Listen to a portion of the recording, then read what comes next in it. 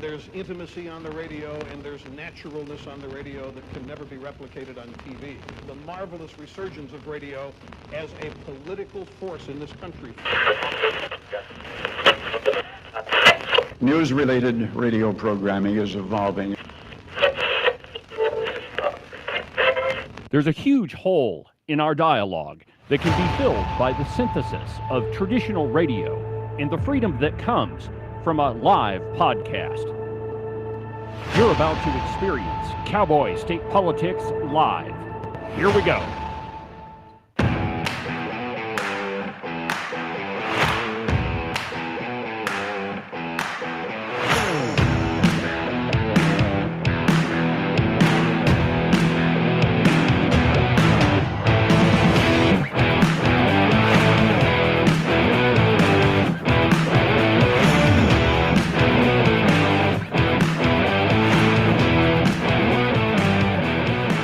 Good morning, my friends, and welcome to another incredible installment from very high above all the insipid and puerile bombastic twits in the Wyoming mainstream media. This is Cowboy State Politics. I, of course, am your illustrious host, David Iverson, firmly ensconced behind the silver Cowboy State Politics microphone and broadcasting to you from the base of the Bighorns at the Cowboy State Politics Studio in Sheridan, Wyoming. Good morning, my friends, and welcome to the program. Happy Thursday. We've got quite the busy show for you today. Representative Tom Kelly, Representative Dr. Tom Kelly, is going to be joining us at the top of the next hour. So at 9 o'clock, we'll have a visit with Representative Kelly and just see what he's up to. And then there's a number of things that are out in the news this morning, one of which, and I think that all of us pretty much assumed that this was the case anyway, but the Washington Examiner has a piece out that that Congress is talking to an ex-Biden aide, Neera Tanden, and she pretty much tells the Oversight Committee that she was authorized to use the auto pen.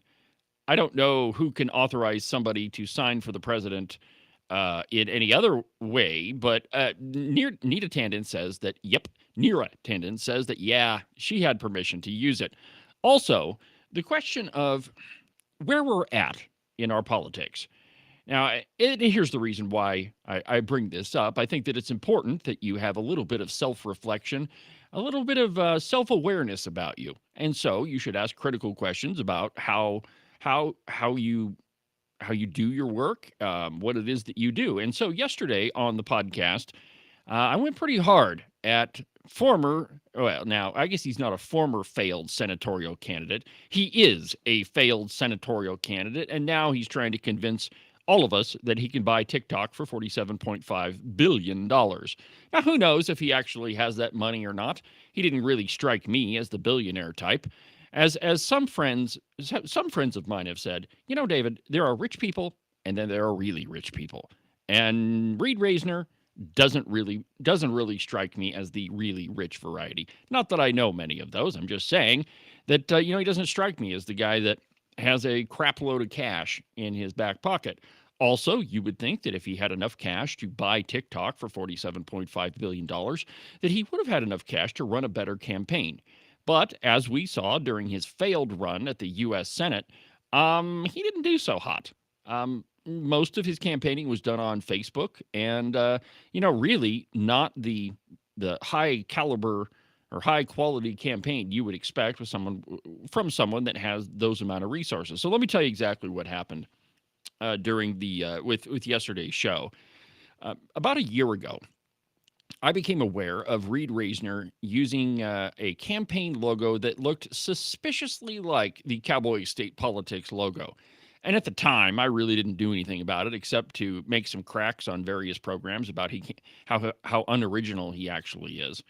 But it came to light when Reed Reisner sent a cease and desist letter to some of his detractors. Now, this is interesting coming from the guy that's trying to buy a social media platform that operates on the principle of free speech. You can't have TikTok without free speech. And now, apparently, Reed Reisner doesn't want anybody who disagrees with him to say anything. Well, in the letter had a number of attachments to it, and what he was claiming, and this is Ken, I don't even know if you can make this stuff up, but Reed Reisner is claiming that he copyrighted his face. I'm not even joking. So in the cease and desist letter, it says that any images used of Reed Reisner are copyrighted and therefore need to be taken down immediately. Well, one of the attachments was that little campaign logo that he had created for an event in Buffalo, Wyoming. And what it shows you, and actually, I can. Just bear with me and I'll pull up a picture of it. But it appears that there's the Wyoming flag, just like you see on the Cowboy State Politics logo. And just give me 1 second here, and I'll pull it up for you so that you can see it. Okay, and then under it is Reed Reisner's face, which I mean, attaching Reed Reisner's face to anything, I mean, kind of lowers the value of it, if you ask me. But here's the Cowboy State Politics logo. Go ahead and throw this up there, Ken. All right, so that's the logo. It's the one on the sign. It's the one that's been used on every single Cowboy State Politics episode since I believe it was August 13th of 2023. Now, Reed Reisner didn't really start campaigning for the U.S. Senate until far later. Well, here is the campaign logo that he used. And I realize it's on one side, but go ahead and throw this up there. That looks to be pretty similar, doesn't it? So anyway, he sends a cease and desist letter to one of his detractors, and he says that this is copyrighted. Well, it's kind of ironic that it's really ironic that you're claiming someone is violating a copyright of something you claim to have copyrighted, but you stole it from somebody else who actually has it copyrighted. So that's what yesterday's edition of the podcast was all about. And my point is that one, you stole my property, but second, you're trying to silence any of your detractors. So in doing so, I had to take a step back and do a little self-reflection and ask if I was too critical, because I think I may have called Reed Reisner an enormous hypocrite, which he is, by the way, because let's not forget, it was Reed Reisner that had cease and desist letters sent to him from U.S. Representative Harriet Hageman when he was posting pictures of Harriet and himself and led the audience to believe that she had endorsed him. I don't know if you remember that whole controversy, but he did it to a number of people. In fact, one of the pictures he put up, you can call it a meme if you want, but it was a picture of Donald Trump and a picture of Reed Reisner, and they're side by side. Not a picture of them together. What he did is Photoshop the whole thing. And over the top of it, it said endorsement. And I mean, that's pretty much all it said. And it kind of leads you to believe that maybe, just maybe, that happened. So let's see if I can find this. Yeah, okay. So throw this one up on the screen, Ken. Oh, there you are. Hi, Ken. So there's the one that I'm talking about. And that's the first thing you see on his post. Now, if you click the little drop-down arrow, and you can't see it on this one, but on this one, you click on the image, and then it shows you the actual thing. So here's what it looks like after you click on the link. And it says Reed Reisner officially endorses Donald J. Trump for president. First, who really gives a crap who Reed Reisner endorses? But second, you only see that after you click on the link. And so the point being is you're leading audiences to believe something that's not true. So anyway, he was sent cease and desist letters from Harriet Hageman, and now he's the one that's sending them out. And all it is to silence his detractors. And here's the funny thing about it. So Reed, he retains this lawyer in Casper and convinces the lawyer to send a cease and desist letter about property that he doesn't own.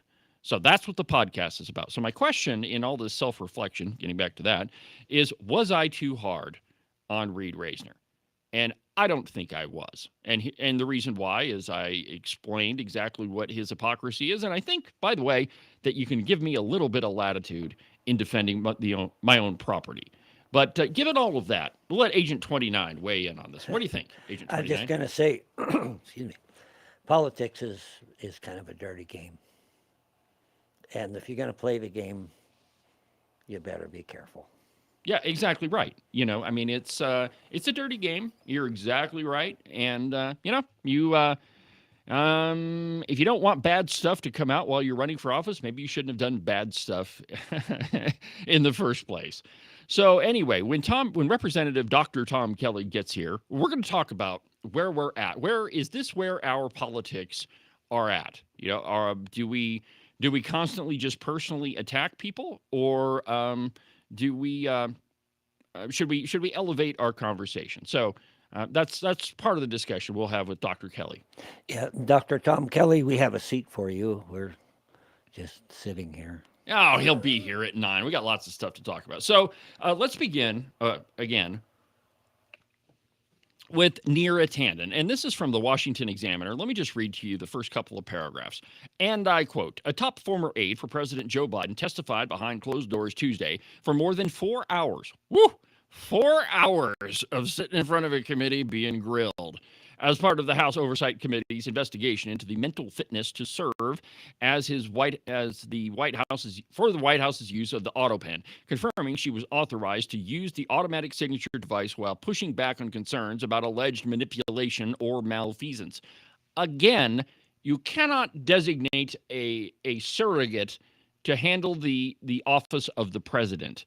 There have been several prominent cases where the auto pen has been used. One of them was to reauthorize the Patriot Act when Barack Obama was president. And the only reason that bill was signed using the auto pen is he was overseas on some sort of trip, and it was one of those, Congress has to rush to get it reauthorized, and the president has to rush to sign it. And so they used the auto pen. But it was made very public, and everybody was aware of what was going on. With the Biden administration, it's come out through research done by Just the News and John Solomon that most, if not the vast majority of things in the Biden White House were signed using the auto pen, including many of the pardons. And interestingly enough, the only one that John Solomon found that wasn't signed using the auto pen was Hunter Biden's pardon.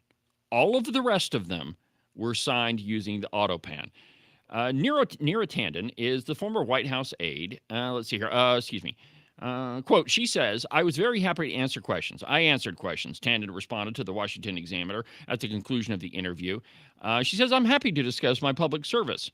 Pressed again by reporters on her exit from Capitol Hill on whether there was a cover-up of Biden's health condition, Tanden shot back, "Absolutely not."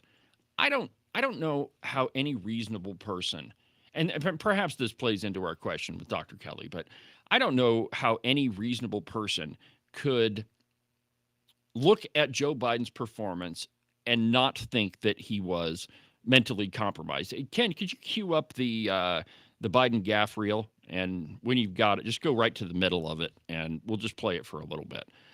Just let me know when you got it. We hold these truths to be self. Oh, there we go.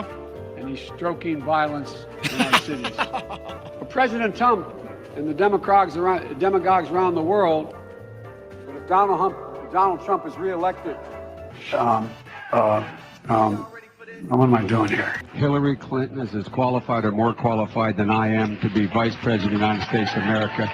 Let's get that straight. Got that right. And quite frankly, it might have been a better pick than me, but she's first rate. Anyway, but you got it. Okay. That saves. All right. I mean, it can go on for 3 or 4 minutes, but the point is, I don't know how any reasonable person could listen to what Joe Biden says and the way he acted and the wandering around on stage and the staring off into the nothingness and not conclude that the guy had mental problems. Any reasonable person, and maybe this is just my definition of what a reasonable person is, but I mean, if you're looking at things objectively, you can't take from that the guy's okay. And interestingly enough, and I played yesterday and maybe I'll go back to it, a video from, let's see here. It was, the guy that wrote the dumb book, Original Sin, Jake Tapper and Chuck Todd. And let me just see if I can pull that video again. Where is it? Here we go. We're going to go ahead and play this. And just, here's these two guys. So they should have known. For me, the Original Sin was running in the first place. I guess just an audio. Oh, well, yes, I've heard you talk about this because his family was in crisis. Right, because his daughter and his son were addicted to drugs. I followed that Hunter Biden trial soup to nuts. I read every single transcript. I read all of the testimony. I cannot believe to this day, Jake, that Hunter Biden, that Joe Biden did this to his kids. So somebody close to the family can't believe that he did it. Okay. Somebody close to the family. So my point is, in playing that there's a book out by Jake Tapper, one of the guys that Chuck Todd is talking to, and the whole book is about the alleged cover-up of Biden's mental decline. Well, again, I don't know how you could look at this objectively and think that he was okay. And they're on a podcast, two fairly prominent former media people, and they're completely glossing over it and saying that the biggest problem in the Biden administration is what happened with the family, that they exploited Joe Biden. I don't think that that's at all fair, nor do I think that it's even accurate. And it goes into this use of the auto pen, that the people inside the administration absolutely knew that Joe Biden was suffering from Alzheimer's or sundowners or whatever you want to call it. But that's why they allegedly authorized this Neera Tanden to use the auto pen. And I just don't see how you could take from anything else from that. Now, moving on to the other president, Donald Trump, what you're seeing after the Iran attacks is twofold. The narrative this morning, and I looked through several different news outlets, I even had a radio show on earlier this morning. I started my day out with Fox News, which is usually what I do. While I'm doing show prep, I've got the TV in the studio going so I can see what's happening. Occasionally it's like Real American News or ONN, but most of the time it's Fox. But anyway, the big narrative in the media is that all of those Iranian nuclear sites were not destroyed, that they weren't destroyed at all, and that there was, it's minimal damage, and really they can be up and running within a short amount of time. Well, Caroline Leavitt was questioned about this yesterday, and let me just see here. Yep, I can play it from here. Maybe I can. They took bits and pieces from a leaked top secret intelligence report. And by the way, I understand the FBI is investigating who was the source of that leak because it's an illegal leak to CNN. And this is the same fake news CNN reporter who wrote the story alleging that the Hunter Biden laptop was Russian disinformation, which we know is one of the greatest political hoaxes this country and the American public have ever seen. And that CNN story does not change the facts. There was a total and complete obliteration of Iran's nuclear facilities. And because of the president's strike, because of the precision of our United States military and this perfectly executed mission, Iran no longer has the capability to produce a nuclear weapon as imminently as they did prior to the strike. The American people and the world should be grateful for that, and it's disgusting that CNN and the New York Times are disparaging not just the president, but our brave men and women who helped conduct this highly successful operation. And what kind of consequence could the leaker face? They should go to jail. They should go to jail, exactly right. A couple of things here. First, I love her. She's incredible. I mean, it kind of makes me harken back to Sarah Huckabee Sanders when she was the press secretary. Watching the press briefing is actually kind of entertaining when she's at the podium. Secondly, two things about the narrative. First, who started it? Well, they got the guy who was responsible for the Hunter Biden story, that it was all Russian disinformation, to first put this story out that the Iranian sites were not destroyed. So what the media does is they find a useful tool to write a piece or to put out a tweet. Now, I guess we don't write pieces. Most of our news comes from X and Facebook. But anyway, to put out a story that says, well, I don't know that all that stuff was actually destroyed. They could probably be up and running in about a year. So there's the narrative. And then the media runs with it and they push it out everywhere. But when you look into the source of where these things come from, it's usually from one source that, for the most part, ends up getting discredited. So this piece is from Breitbart, and it's entitled "Reporter Behind CNN Story Questioning the Success of Iran Strikes." Also wrote ex-Intel officials declaring Hunter Biden, talk about a title for an article, declaring Hunter Biden laptop Russian disinformation. And I quote, "One of the CNN reporters behind an anonymously sourced report stating that the UN strikes on Iran did not destroy key components of nuclear sites also wrote a story in which over 50 intelligence officials claimed the Hunter Biden laptop was Russian disinformation in 2020. CNN reporter Natasha Bertrand, along with Katie Bo Lillis and Zachary Cohen, published the article, which draws on a description of, quote, an early U.S. intelligence assessment from various anonymous sources on Wednesday. Let's talk about anonymous sources for a minute, because I think that there's a couple of things that readers automatically assume. So on this program and on the podcast at Cowboy State Politics, I forget that we have multiple platforms now, but when I use the phrase sources have told Cowboy State Politics, it's for one reason, that I have to protect my source, that there's no way I could possibly get around not allowing them to talk to me anonymously. And it's for a couple of reasons. Either one, there's perhaps legal jeopardy. It's absolutely legal for a reporter, a journalist, to report things that they're given. That's absolutely the case. There's only rare cases where, and they're all national security related, where a journalist is, it's against the law for him to publish something. So it's all national security related. But it is absolutely appropriate when you have to say sources have told Cowboy State Politics. So the only reason I do it is when I can't release the source, because it would either put them in legal jeopardy or they'd never talk to me again. Now, you'll notice on the program that I don't do that very often. It is not very often that you'll hear that phrase come out of my mouth. Now, on yesterday's edition of the podcast, I absolutely did it. And if you go to, let's see if I can throw this up here. Yeah. So let me just show you page 1 of that cease and desist letter. Okay. Notice that I redacted who the letter was written to. That's to protect my source. But at least you can see the letter. It's obviously from Williams, Porter, Day, and Neville in Casper. So clearly, I've given you as much as I could. And the point is, you got to protect your source. And if you don't, well, they're never going to talk to you again. So, but that's not how the media operates now. Now it is the use of various anonymous sources, quoting from Breitbart. The story stated that, quote, core components of Iran's nuclear program were not destroyed in Operation Midnight Hammer, and the mission and then the mission was likely only set it back by months.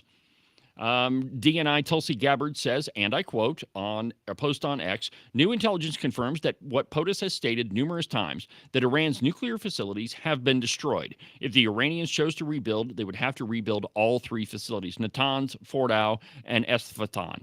It's just a problem pronouncing Iranian names. Anyway, White House Press Secretary Caroline Leavitt, that's the video clip that I played for you, said Wednesday that the FBI is investigating who the source was of that leak, and that it's an illegal leak to CNN. I don't know if it's illegal or not, but I know that there have been a lot of leaks in Trump's first term, and I think they've done a pretty good job this time around, kind of getting a handle on who those leakers were.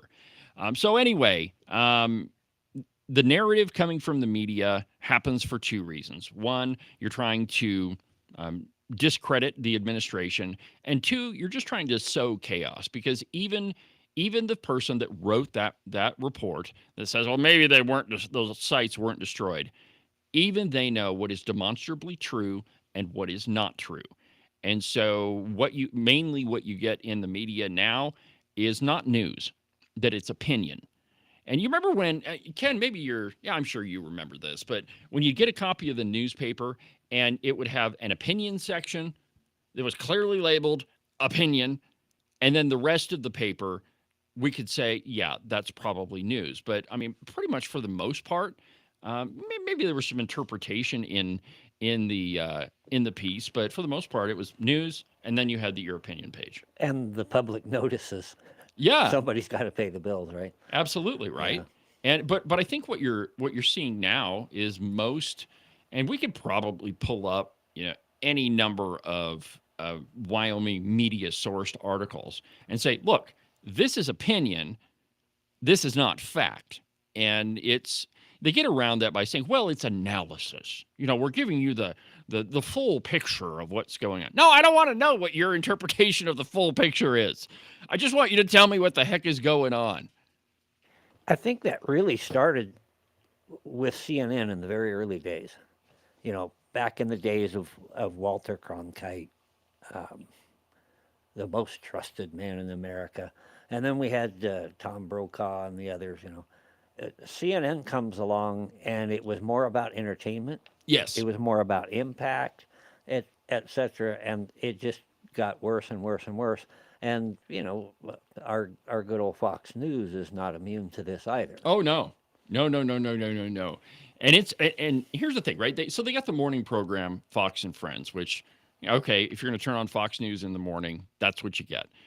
But I would say the majority of it, they'll talk about something that happened. They'll, start the story. And then it's the four of them, and it's all political analysis afterwards. I mean, it's mostly opinion. I think the other main factor is that it's now a 24/7 operation. It used to be you didn't hear much, maybe Paul Harvey at noon, and you go home at night to sit down to dinner. There's in this area, the 5 o'clock news, and you get news, sports, and weather. News, weather, sports. And that was pretty much it. Now we're surrounded by it. Well, you can only just read a straight news story so long. And so that's part of what's happened. Yeah, well, exactly right. But I think that, I think that we disregard the impact that has. That you go from, when you had the newspaper where the opinion page was clearly marked. Now we're in a space like Agent 29 said, where it's 24/7 news, and you got to fill it with something. Well, most of the programs that you see on Fox, on CNN, PMS, NBC, it is dominated by political opinion. Just think about the evening lineup they have on Fox, just because I'm most familiar with it. So they got Bret Baier. And for the most part, I think that Bret Baier does a pretty good job in just covering the news. And then it's Laura Ingraham, and then it's Sean Hannity, and you got Jesse Waters in there, and Greg Gutfeld, which I think is kind of funny. It's meant to be kind of a humorous show. But really, after Bret Baier's program, which airs, in I think it's the 5 o'clock hour. But after that, it's all opinion. And, and I think that many people misinterpret it as facts. So anyway, you got this narrative going around that we didn't absolutely kick the crap out of the Iranians and we failed. Well, the truth is probably very, very different. We'll come back in just a minute.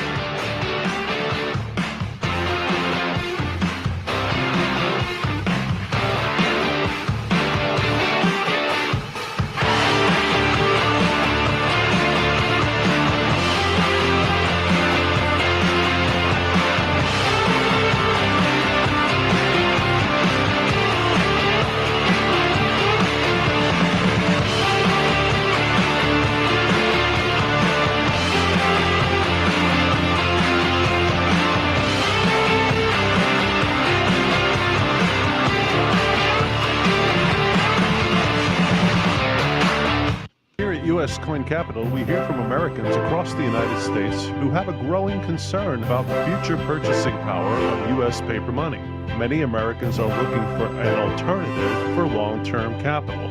For more than 35 years, the people at U.S. Coin Capital have educated American investors on how to properly accumulate United States gold and silver coins. Call us at 1-800-878-2646 or visit us on the web, uscoincapital.com.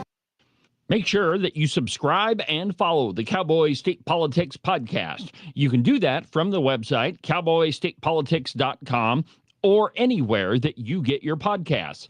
That way, you'll make sure that you won't miss a single episode of Cowboy State Politics. Some say standing up for what you believe in is being extreme. Ask any woman in Wyoming. They'll tell you this is called courage. The mainstream media claims that holding the line on important issues is being unreasonable. My mom taught me this is called staying true to our principles.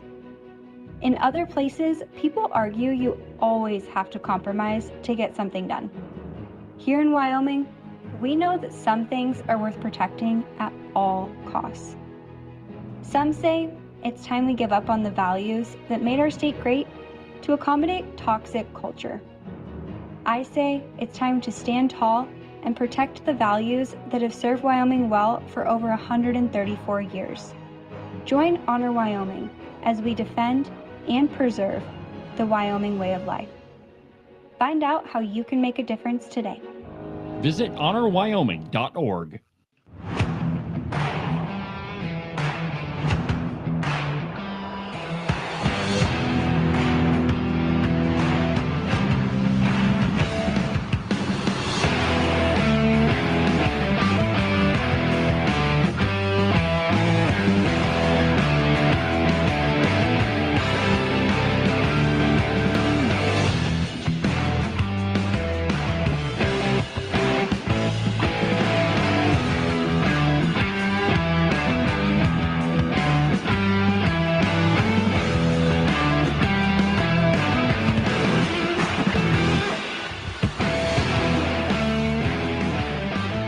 The song, Things That Make You Go, Well, this one might be a little convenient.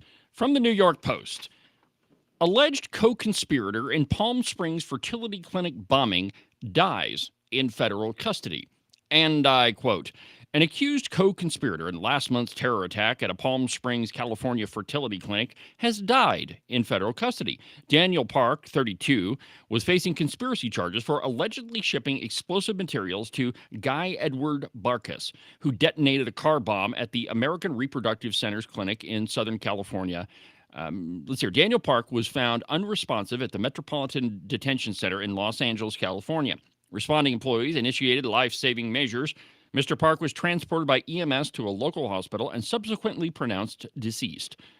The Bureau did not share further details of the nature of Park's death. Park had been arrested in Poland, where he had traveled shortly after the attack and was swiftly turned over to U.S. authorities. Authorities accused Park of supplying Barkas with 180 pounds of ammonium nitrate fertilizer, which Barkas apparently used to fashion an explosive device in his home bomb lab in the town of 29 Palms, less than an hour's drive from Palm Springs. Wonderfully convenient. Now, so the question I would ask, if I just saw this article, and the question I asked right after I saw it was, so what else was he doing that caused him to die? How did he die? And if you're in federal custody, shouldn't they want to protect you and make sure you don't die? Jeffrey Epstein. So my point is that curious minds would say, and I'm sure that there will be some folks at the New York Post look into this, but really, that's a little convenient. Maybe somebody didn't want Mr. Park to say what he had to say, but it turns out to be kind of convenient. Now, the other narrative, and I mentioned at the top of the broadcast, that there are two narratives that are being circulated around by the media. One of them is that I already covered, that we didn't destroy those Iranian facilities. And the other one is that what Trump did warrants impeachment. Now, I've explained numerous times on the program where that's not even close. And in fact, something like 183 Democrats voted against impeachment. But regardless, Al Green brought the resolution in Congress to impeach Donald Trump. Here's why his actions are not impeachable. And I think I explained this yesterday. But anyway, in the Constitution, there's two sections. One of them is in Article 2, Section 2. And I always get these confused. But there's one in Article 2, there's one in Article 1, Section 8. One of them says that Congress has the power to declare war. The other one says that the president is the commander-in-chief of the armed forces. And that's all that it says. So, yeah, should the president come to Congress and ask for a declaration of war? Generally speaking, yes. Yeah. I've mentioned this before. It has to be that way. If we're going to be responsive, look at 9/11. If we sat around and waited for Congress to get around to doing something, we've lost our edge. And so it's been set up this way, I don't even know how long. For a really long time. Yeah. Well, and you're right, Ken, that if the president had gone to Congress and said, hey, look, I want to bomb the crap out of the Iranians, first thing that would happen is probably the members of the squad would make a phone call somewhere to Iran and say, hey, they're coming for you. That's just who these people are. So, I mean, there's security problems there.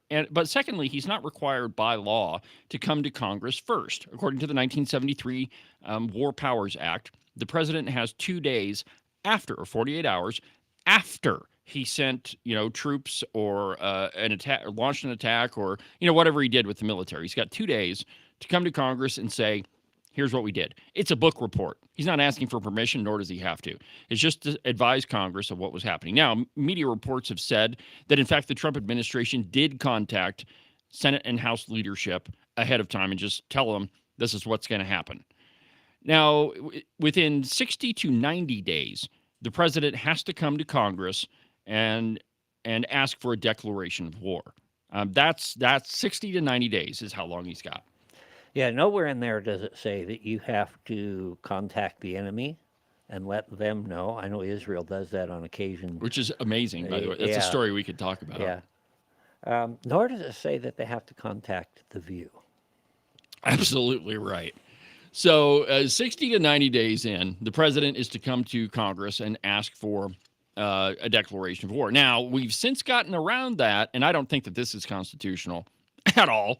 But Congress passed an authorization for the use of military force for, I believe it was Iraq, and then that was the global war on terror, and then it was extended to Afghanistan. And that sucker is still in effect. If Congress didn't want to use it, they should have repealed it. So any way that you look at the Iran strikes, the president's in the clear. But that has not stopped Democrats from yelling that they want impeachment. Well, Trump has a response, and basically it's make my day.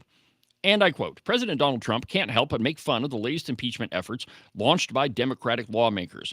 Democrats are once again in disarray amid Trump's ongoing involvement in the Middle East, with several lawmakers, like AOC and Representative Al Green of Texas, calling for impeachment. In true Trump fashion, the president poked fun at the Democrats for their latest meltdown. Stupid AOC, Alexandria Ocasio-Cortez, one of the dumbest people in Congress, is now calling for my impeachment. The president's, and here's what she said, the president's disastrous decision to bomb Iran without authorization is a grave violation of the Constitution and congressional war powers. No, it's not.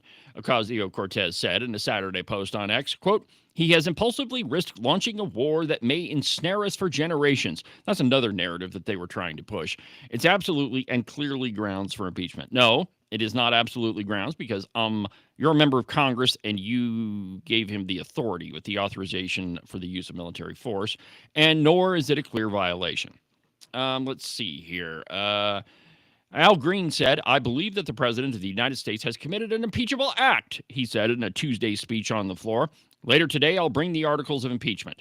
Trump's attack on Iran prompted outrage from other high-profile Democrats, including Chuck U. Schumer and House Minority Leader Hakeem Jeffries. Quote, President Trump misled the country about his intentions, failed to seek congressional authorization for the use of military force, he already has it, and risks American entanglement in a potentially disastrous war with the Middle East. The law requires the Trump administration to consult Congress. Only after the fact, Schumer said in a post on X, the Constitution demands it. No, it doesn't. It says that Congress shall declare war and the president is the commander-in-chief. That's all that it says, Chucky boy. And the American people, especially those families in harm's way, deserve nothing less. Okay, so whatever. We all know that the narrative is bullcrap. We already know that Trump was absolutely within his rights. And you know what? I was going to use this later, but I think we're going to go ahead and play it now because it goes to the feckless.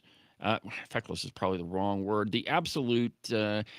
What I want to say is the Democrats are flailing around, and this short video really exposes it. Now, before I play it for you, I tried to silence some of the profane language, and I did a fairly good job. But I'm going to go ahead and play this video for you because for two reasons. One, I think that it shows you, how in disarray the Democrats are, how they really have no idea how to attack this situation, how they're just grasping for something to hold on to. And then later on in the broadcast, I want to play this for Representative Dr. Kelly because it fits right in with what we're going to talk about. But I'm going to play it for you first, and we'll talk about it in this context. So here we go. I didn't know if anybody could text me, call me, signal me, nothing. I knew nothing. And we walk in and my heart sank.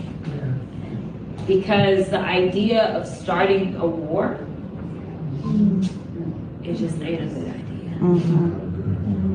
And to sit and be one of 435 in the House, and to understand enough about the Constitution to the extent that I'm the one that's supposed to make a fucking decision or at least get a vote. Okay, so she says she's the one that's supposed to make the decision and she gets a vote.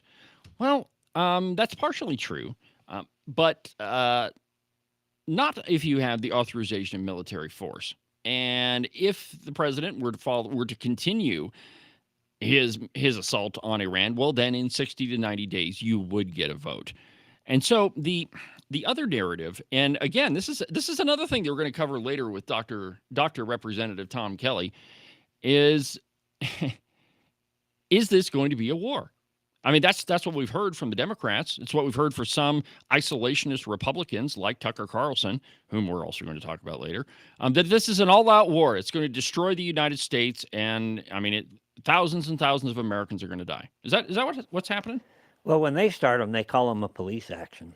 Yes, that's true. And speaking of starting it, if you go back in modern U.S. history, I would say World War I probably all the way through, and look at all the conflicts and who was in the White House at the time. It's almost always been a Democrat. Almost always. And I guess, you could throw George W. Bush in there, which he was kind of a Democrat anyway. But yeah, you're exactly right. It's a police action. And just think about how many different conflicts we've been in. And it's, man, way before George W. I mean, there have been so many presidents that, had some sort of military strike. Somalia, Kosovo, you name it. I mean, there is a long list. And don't forget about Vietnam. That was not a declared war. Korea was not a declared war. Those are the two. Yeah, Vietnam's the police action that you were talking about. But there have been so many conflicts that presidents have gotten us in. Now, the second part of this is that Trump's going to get us into a war. And that was the narrative we heard. And I keep using that word narrative, and let me just define what that is. A narrative is a story. It is a made-up story that you want people to believe.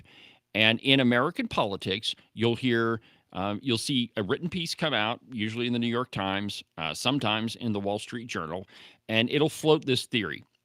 Trump's going to get us into a war that's going to kill thousands of people. And then it gets pushed, and it continues to kind of percolate throughout the media. And in this case, there was a number of so-called conservatives that jumped on board. Marjorie Taylor Greene, I'm not a big fan of hers, but she was one of them, saying, we don't need to be anywhere near this. Rand Paul, Thomas Massey, a lot of them. And, while I sympathize with part of their argument to say, I don't think that we need to be involved in that many things overseas, but clearly Iran having a nuclear weapon is a threat to U.S. national security. So there's that part of it. But secondly, are we in a war? Not yet. I definitely don't. I don't think that we've seen the end of this whole Iran thing. I mean, I think that we could fully expect that there's going to be some sort of repercussions. They're going to do something. Some wacko terrorist somewhere is going to set off a bomb or something. Yeah, when those repercussions come, and there's likely with having the open borders for so long, we're going to see some things on American soil. And guess who they're going to blame for it? This is all Trump's fault. It's all Trump's fault, right? I mean, it wasn't Joe Biden that let a whole bunch, 700 Iranians into the country. And here's a piece from, I believe this is from The Blaze. ICE busts 11 illegal Iranian nationals, terror suspect, ex-sniper, and others with Hezbollah ties. And I quote, following the U.S. weekend strike on Iranian nuclear enrichment sites, the Trump administration's ICE announced the arrest of nearly a dozen Iranian nationals who are illegally in the country. The former Biden administration open borders policies have sparked concerns that potential terrorists and other threat actors have flooded into the U.S. undetected, raising the risk of the formation of sleeper cells. ICE's arrest, which took place over the weekend, included a suspected terrorist, an individual with admitted ties to Hezbollah, and an alleged former Iranian army sniper, according to a Tuesday press release from ICE. Quote, "We don't want to wait until a military operation to execute. We proactively deliver on President Trump's mandate to secure the homeland." Okay, I mean, that's pretty much political gobbledygook, but I think it's fairly accurate. Homeland Security stated that the arrests reflect the agency's, quote, "commitment to keeping known and suspected terrorists out of American communities." Immigration agents in Mississippi apprehended Yosef Meredano. The U.S. government terminated his residency in 2017, and it determined that he made false statements on his original visa application and potentially committed marriage fraud. The federal government in February listed him as a, quote, "known or suspected terrorist." And that's just one of them. So it was very clear from Homeland Security and ICE that they had identified around 700 Iranian nationals. And I've heard differing numbers on this. Tom Homan over the weekend said it was like 1,200. I've heard other reports saying it was 500. But I guess what we should say is several hundred Iranian nationals are in the country illegally, and we have no idea where they're at and no idea what they're doing. So I think that the possibility of a terrorist strike somewhere in the country is pretty likely. And I don't think that the Trump administration is as naive to think that nothing was going to happen. But certainly, even that is not a war. Now, Trump has been very clear that if one American citizen is killed, then all hell's going to break loose. He's been pretty clear about that, which I think that probably includes, some sort of terrorist action. But I mean, I don't think that we're done with this. Do you, Ken? No, I don't. And looking back, playing Monday morning quarterback, what else could he have done? Somebody had to stop this. I mean, it's clear and present danger, and that expression gets overused. But who else could have done this? We're the only one that has the technology, that has the capacity to do what we did. And it kind of reminds me of every time I go to Walmart. Okay. You go to Walmart, and invariably there's some parent over there, usually a mother, who is dealing with an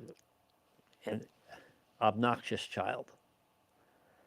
And I'm going to do this for you. I'm going to do that to you. You won't get this. And the child knows it's an empty threat. It doesn't mean anything. Mom's not going to do it in public. Yeah. If we didn't do this, it didn't matter what you would say in the future. They would know they could act with impunity. But by doing this... that's what they've done for 50 years, Ken. Yeah, it certainly gives pause. Wait a minute. This guy, as long as he's in office, means what he says. Absolutely. He's a loose cannon. Maybe this isn't the best time to invade Taiwan. I can tell you what my mom would have done if I would have acted out in the grocery store. One of two things would have happened. If she wasn't very angry, she'd cart me off to the bathroom and whoop my butt. Or B, if I had really ticked her off, she'd do it right there in the middle of the aisle. Yep. And then if I started crying and screaming, then what I heard was, and we even heard this, when we were still fairly young children, 10, 11. Go ahead and keep going. I'll give you something to cry about. Our second son pulled this one time, and while he was on the floor throwing a temper tantrum and not paying attention to what was going on, Diane just kind of stepped around the corner out of sight. And he looked up and he saw nobody there that he knew, and freaked. And I think that was the last time he did it. But part of what I was talking about is this idea, and this came out during the first administration. The people outside the country look at Trump as a loose cannon. And I think this action that he did is a decisive, specific attack, would give pause to anybody else, and I think it serves as a deterrent. Oh, I think that you're exactly right, and I agree. For 50 years we've been saying stuff to Iran like, "No, I really mean it this time. Don't you develop nuclear weapons? Oh, don't you do it? Oh, by the way, here's a couple pallets of cash so that you can continue doing it." And we've just continually done this. We'll be in 2 months from Tuesday to inspect and make sure we don't find anything. Exactly right. I mean, we're reinforcing the behavior. And in some ways, I think some administrations, like the Barack Obama administration, they absolutely encouraged it. So Iran has a proven track record of, violating whatever agreement that they set up. And here's another one. And before I give you this story, I just want to explain how show prep goes a little bit. It's very difficult to assemble a whole bunch of stories to talk about for the program, some of which I don't have time to verify. And so that's why when you hear me say, well, no, here's a story. Now just listen to this. I don't necessarily mean it as fact, but I tell you where it comes from. And so you can go check it out yourself. I mean, you should question everything, including everything that I tell you. In fact, you should just question everything and know what you know and why you know it. But here's one from this outlet called Ynet News. Iran executes suspected Israeli spies, arrests hundreds after war. Iran claims the men sentenced to death worked with Mossad and smuggled equipment used in the assassinations of senior scientists, the military, and IRGC officials. Quote, Iran executed 3 men on Wednesday. That was yesterday. When was the ceasefire? Was that Sunday or Monday? It's probably Monday. I get my days all mixed up. But Wednesday, definitely after the ceasefire. After they were convicted of collaborating with Israel's Mossad spy agency and smuggling equipment used in an assassination, the judiciary's Mizan news agency reported. The equipment they smuggled was used in the assassination of one unnamed personality. Israel assassinated. Okay, so first of all, listen to the language. Word choice is important. Now, I don't think that I've seen any other news reports that characterized military strikes as assassinations. Now, again, word choice is important and words mean things, but you hear different words used when it is U.S. media and Israeli media than you do with somebody who's sympathetic to Iran. So the word assassination has connotations to it that, I think that are pretty negative. In fact, I recorded a podcast last night where we were talking about this very thing, that I don't want to be part of a country that actively assassinates people. That's just, we arrest people and hold them before court and we prosecute them. We don't assassinate them. So what I'm saying is that consider the source. So this piece is using the word assassination. So at least at some level, they're a little bit sympathetic to Iran. And I think anytime that you're talking about that sort of thing, like the classic example is Al Jazeera.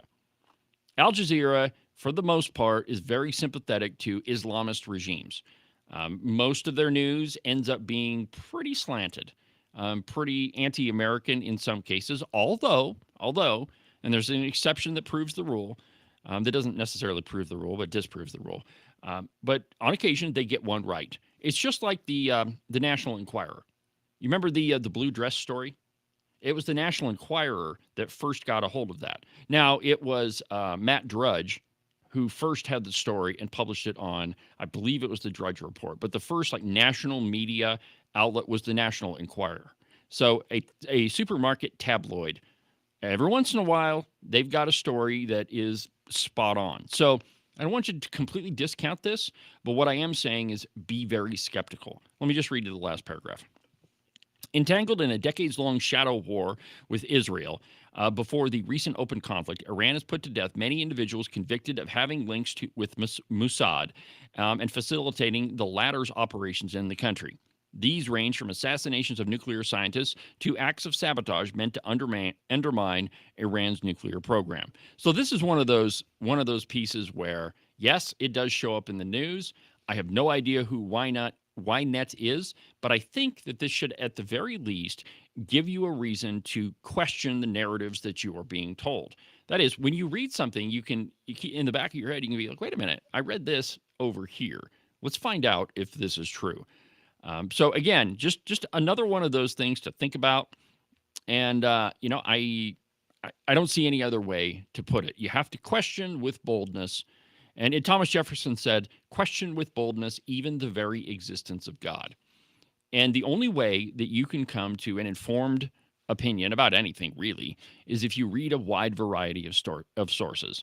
even though it pains me, and I consider this an incredible service that I do to my audience every day. I try very hard to listen to stuff from CNN, from PMSNBC, most of which you end up hearing on the program anyway. But I try to listen to everything just so you get a broad, you get an opinion with a broad brush, I guess is what I'm trying to say. You even listen to The View, and I'm sorry, I'm not going that far for any audience. Well, I don't sit down and like push play on The View. It's just they're more incredible sound bites. Well, anyway, my friends, here's one that, and again, this is another one where you need to question. Not to say that it's not wrong, but just listen to this, and then I'm going to play it for you. From the Media Research Center, Star Wars actor Diego Luna claims that, quote, it is very unfair to deport illegal aliens. And here's where he did it, on Jimmy Kimmel's show. He was a guest host on Jimmy Kimmel Live. So national TV, late night, but he ditched the jokes on Monday's ABC show in favor of a solemn monologue that attacked President Trump for deporting illegal immigrants, seemed to conflate illegal and legal immigration, denigrated native-born Americans, and spread a whole bunch of fake news. And it's actually incredible that, and maybe the people at ABC didn't know he was going to do this. This happens every once in a while, but this goes on for quite a while. Let me just play this for you. I have never been able to fully understand how it is that someone like Donald Trump is able to acquire this level of power. I always struggle to understand how he's... Okay, hold on just a second. So first, you can barely understand him. And this is the guy that Jimmy Kimmel chose as his guest host. Now, I don't do that very often on my program. I think I've done it once, but when I have a guest host, I make sure that they're competent to do what it is that I'm asking them to do. And that they, I don't tell them what they have to say, but I make sure that, they're not going to be on here pulling a Rachel Maddow on me. It's a little bit like having the keys to the Porsche. Yeah, a little bit. Here, take the keys, but don't wreck it, please. Don't wreck it. You'll be next on my hit list. So anyway, let's continue with this guy. Here we go. Hate speech can take root in a country whose nature has always been a welcoming one. Today, many people are feeling persecuted. Far too many people live in fear. Fear of taking their kids to school or going to places where they earn an honest living. These people, they're your neighbors, your friends, immigrants. This is very unfair, and let me tell you why. The multiple times that this country has had to rebuild itself, immigrants were always there to pick up the slack. Okay, all right. Hold on a minute. So he says immigrants were always there to pick up the slack. So is he talking about illegal immigrants or is he talking about legal immigrants?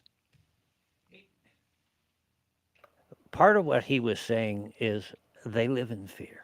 They all live in fear. Okay, who put them in that position of fear? They did. Exactly.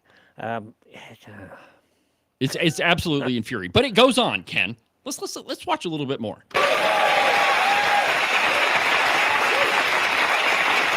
Listen to the applause. When LA burned, immigrants, workers risked their lives to stop the flames. Okay, all right. Do you suppose that was a whole row of illegal immigrants? Do you suppose that's who was holding the American flag waiting there? Do you think that those people were all fleeing for their lives from ICE? No. And that is the biggest problem with a lot of this rhetoric. There's a big attempt in the media to conflate legal and illegal immigration, which is exactly what this guy is doing. Let's watch a little bit more. If you weren't infuriated enough, let me give you some more. They are the ones who build this country. They feed it. They nurture and teach its children. They care for the elderly. They work in construction. I can't take it. I can't take this anymore. They're not the ones that built this country. Not illegal aliens. Now, if you want to talk about people who came to this country and, were actually legal immigrants, then yes. But what he is doing is mixing the two to push a narrative. And it's, again, that narrative is a story, and most of it is not true. Here's some more.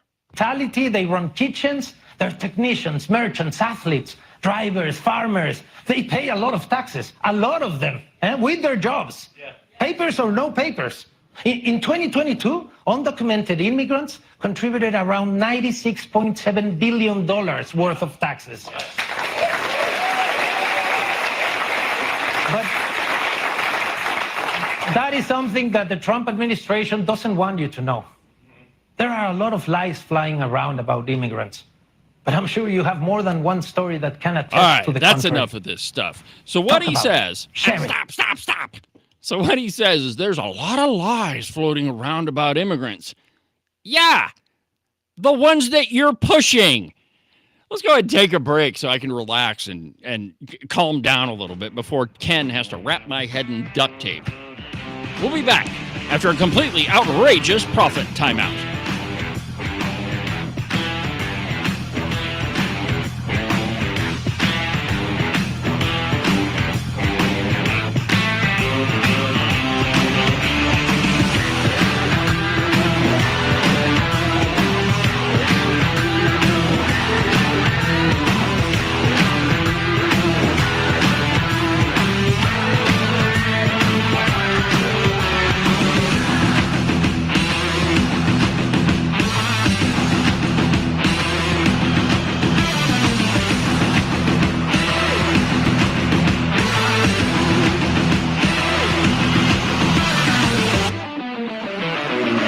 You are listening to Cowboy State Politics Live.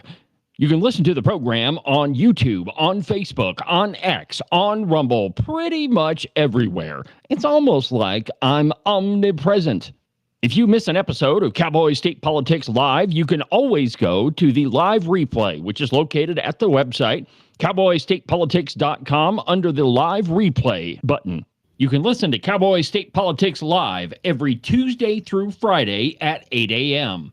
You can listen to the Cowboy State Politics podcast anywhere that you get your podcasts. iHeartRadio, iTunes, TuneIn, really any of them will work. But the easiest place is just to go to the website, cowboystatepolitics.com. There you can find all of the shows, as well as any of the articles that I might bring up during the course of a program. That way, if your name is Joe Biden and you can't remember if you had your pudding today, well, I probably can't help you with that, but I can definitely tell you why you should have never ran for president. And now, back to our program.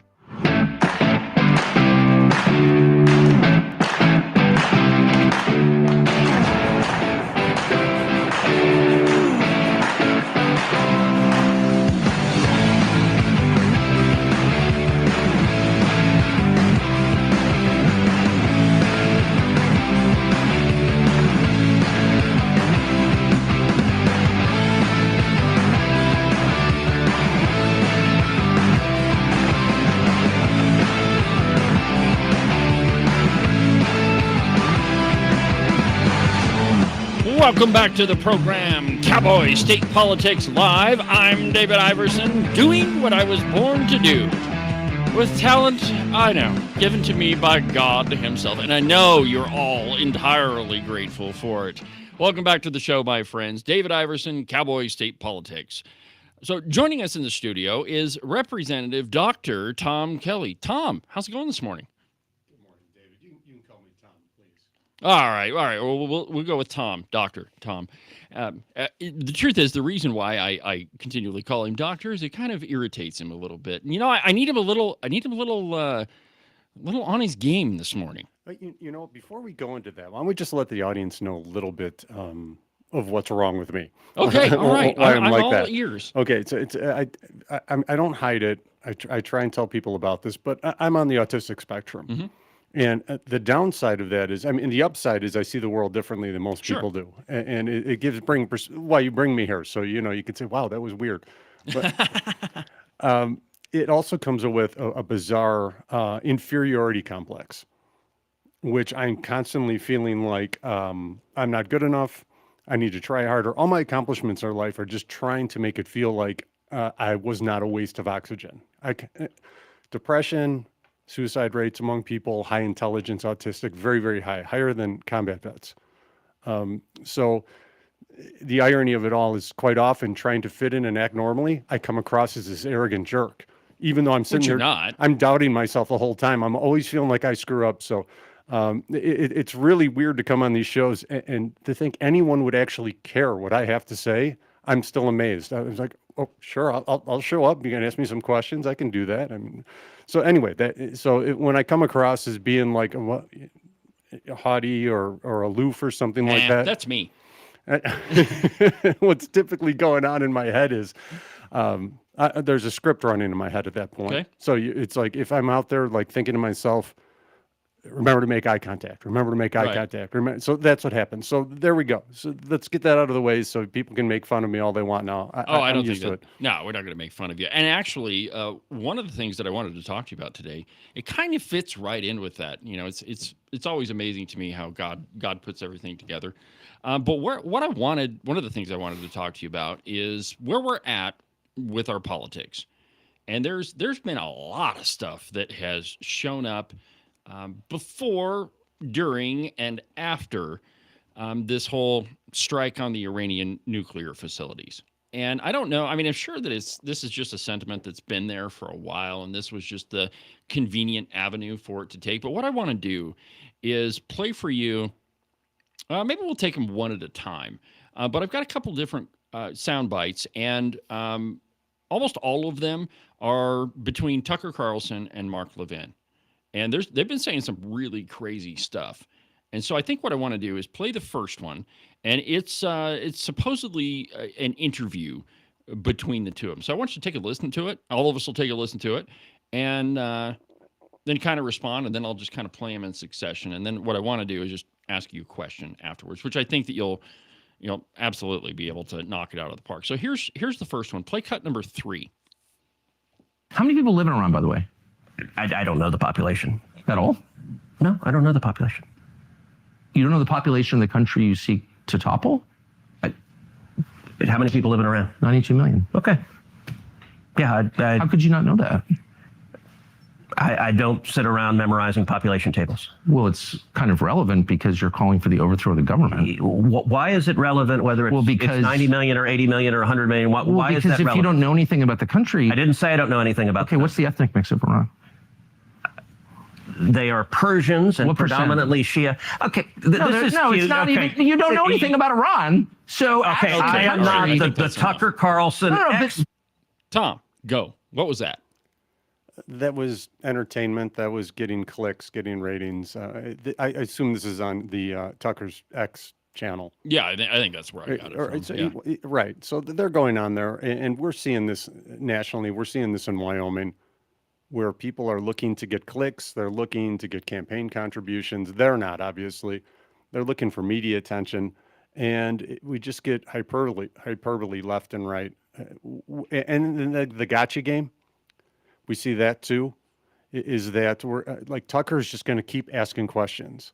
Like I can't tell you the ethnic demographics of Iran off the top of my head. Right. And you have a PhD in political science. Right. And having a PhD in political science means I know where to look this stuff up immediately. I know what it means when I see it, but I'm not a human computer. It's just going to store all these numbers in my head. So there's a point there to say, like, do you even know the general population of this country, that type of thing? Fair enough. But then he's playing a gotcha game where, well, since you can't answer these questions about basic demographics, then you can't talk about this being a terrorist regime. Exactly right. Which is, it's a non sequitur argument. I mean, it's not an argument, and we see that constantly. I was listening to that thinking, what if we had to take a test before we voted? If you're going to require the president or whomever to take a test before he goes to combat or whatever you want to call it, I'm not going to use the word war. I think we need to have a little higher standards maybe for voting. And I just wonder how that would go over. Oh, Agent 29. I could already hear it now because we're in Wyoming politics. I mean, we're going to see something in WyoFile now. Pendergraph says bring back literacy tests to keep the blacks from voting. That's what they're going to say about you for just saying something like that. But isn't that another example? Yes, exactly. That's what talks right into it. You talk about the idea. somebody should know a basic civics test before they vote. You should be able to like actually read the Constitution before you vote on it. I mentioned on the House floor once that voting should be a little hard. And I talked about, third world countries where they walk all day to go vote, and here we're trying to make it as simple as, and man, the pearl clutching and the evil person that I have a copy of my grandfather's, the test that he took to become a U.S. citizen. And the copy that I have was a practice test that they handed out. And it is, frankly, I would challenge any one of the three of us to pass it. I'm maybe we could get 80%, but the civics that he had to know to become a citizen, nowhere even close to what the normal, average, everyday voter knows now. Now, the other thing that I saw in that Ted Cruz, Tucker Carlson thing is it was exactly the way you characterize it, Tom, that it was gotcha questioning, that he didn't even give him a time to explain his answer. The only agenda he had was to try to make Ted Cruz look foolish. And I mean, that was the point. And then the other side of it, I think you're also correct, that it is an attempt to be, and the way that Agent 29 described it this morning is he's trying to be like Howard Stern. That the more shocking that you can make something, the more clicks, and you brought this point up too, the more clicks and views you get. Oh my God, I can't believe Tucker said that. And here's well, you know what? We get that in congressional hearings now, though. Members of Congress, the House of Representatives, do the exact same thing at these alleged hearings. Yes. Now, the next one I want to play for you, and this is the one that, you know what? This one really makes me question where we're at. So let me play this one for you. It's cut number 1. But I also think we should step back and ponder what we've learned. And what we've learned is who cares about the fortunes of the United States and who doesn't. And Ted Cruz doesn't, obviously. The people who acknowledge no risk at all because they were so focused on helping another country, like Ted Cruz, or like the many people who revealed themselves in the last 2 weeks, Mark Levin, chief among them, like those people should not have any access to power at all. Those people rolled the dice with your life and with the lives of your children. It's better. It's disgusting. And so, I mean, just ask yourself, is Mark Levin concerned at all about the United States, like at all? And the answer is no. Mark Levin is a repulsive ghoul whose entire sex life consists of watching other people get blown up. He was upset that there was a ceasefire and said so. How could you be upset with a ceasefire? How could you be upset that people are no longer dying? By the way, I think the ceasefire is real. What do you think about that? I think that's a great example of why I don't listen to Tucker anymore. When he was on Fox News, he was known for doing investigative journalism. Good stuff. Looking in the stuff that Fox News wouldn't because it was outside the parameters of what their, billionaire donors and the corporations said they could cover. That's why he got let go, talking about stuff that you're not supposed to.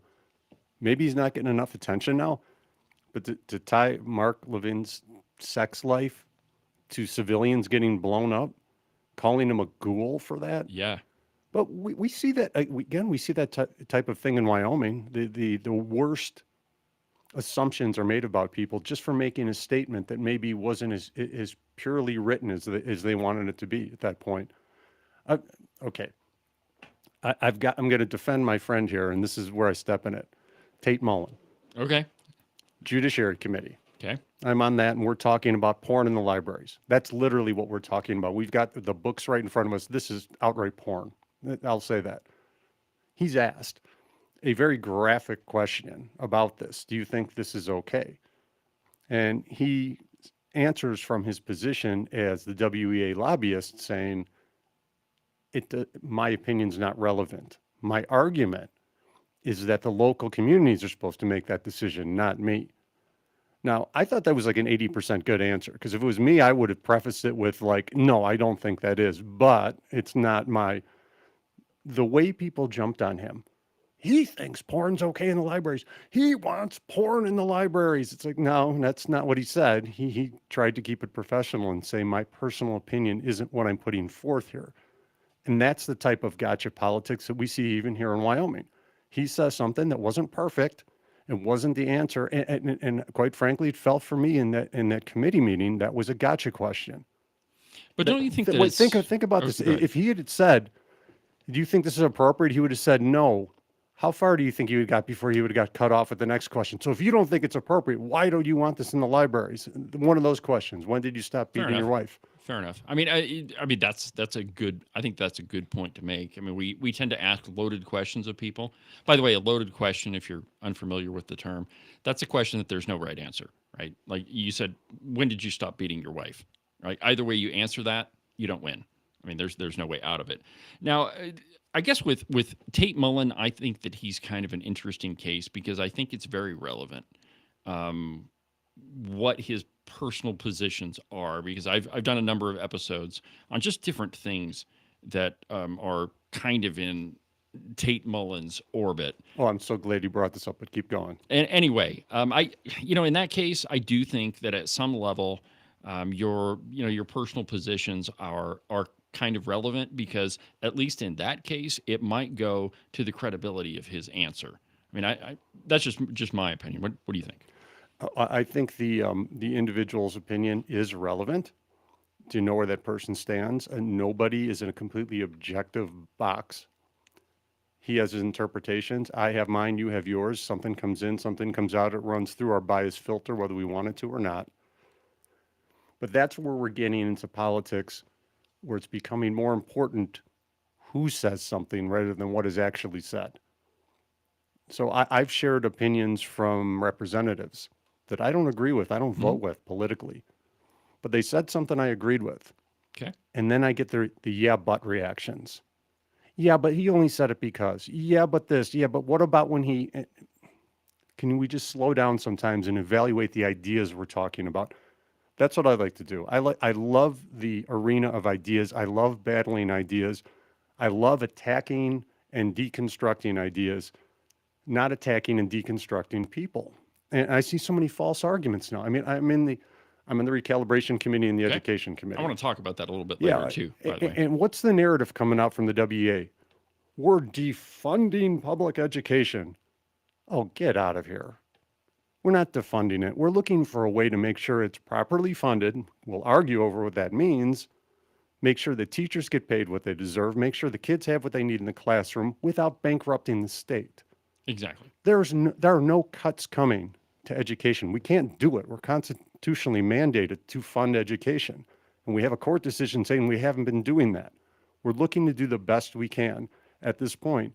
And we have a parade of people coming in wearing T-shirts with a quote from Pendergraft here. He's not even on the recalibration committee, as if somehow he speaks for us because he put one word up on Facebook one time going back and forth with our buddy Scott. And it's a false narrative. Mm-hmm. I have hundreds and hundreds of emails calling me names. Most are respectful. Most are on topic, but most are irrelevant because they're begging me not to cut education. There's no proposal to cut education. Right. We can, and I think that you characterize it correctly. We can argue about what the definition of a good education or funding education is. We can talk about the definition. What does that mean? What does it look like? But the reality is that, nobody's really suggesting that we,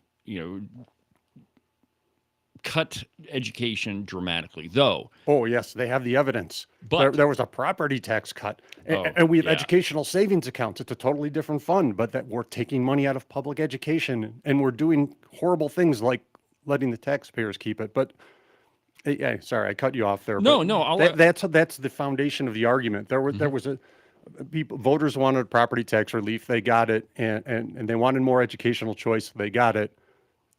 And now this narrative puts forth that it's an attack on our public education system. It's not.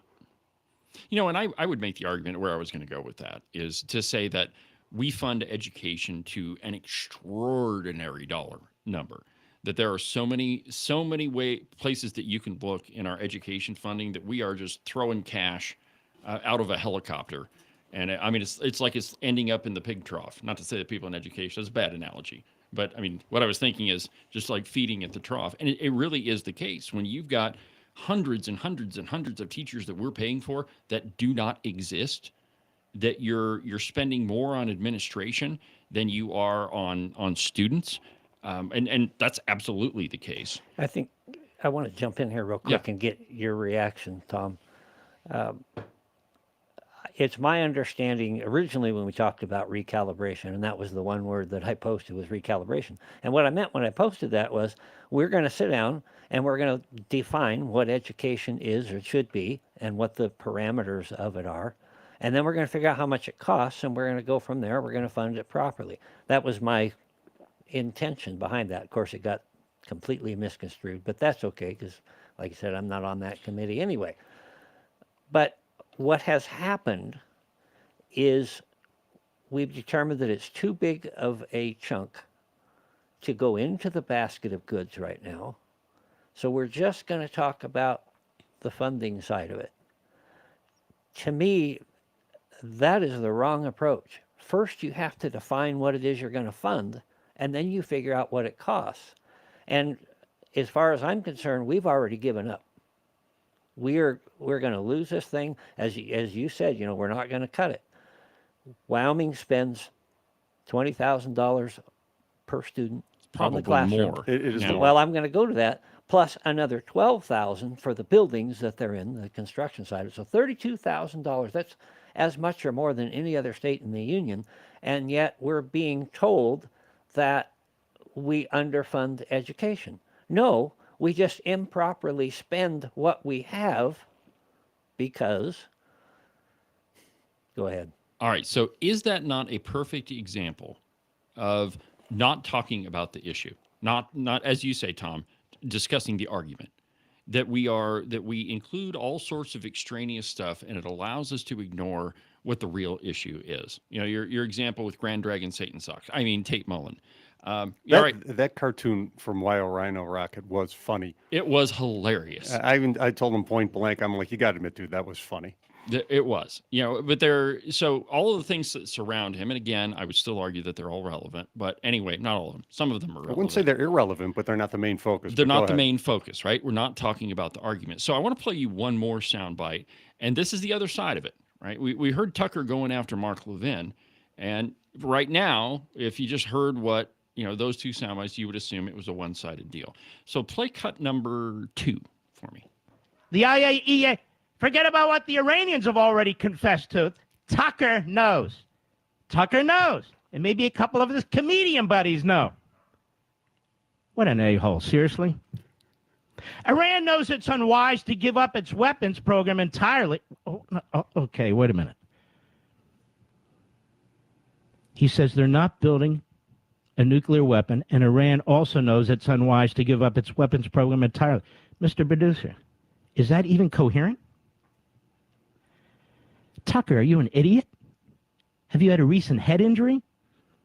He goes on, Muammar Gaddafi tried that and wound up sodomized with a bayonet. As soon as Gaddafi disarmed, NATO killed him. First of all, it was years later. Secondly, NATO didn't kill him.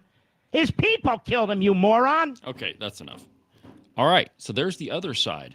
What do you think about that? I'm thinking, I don't understand if one guy is a ghoul and the other guy's a moron with a head injury. Why do they spend so much time speaking about one another? Yeah. It's really, they're just building themselves up. There's a platform. Somebody said something. I'm going to take it out of context. I'm going to twist it. Maybe they actually did say something stupid, and I'm just going to focus on that one thing forever. But this is what gets people's attention.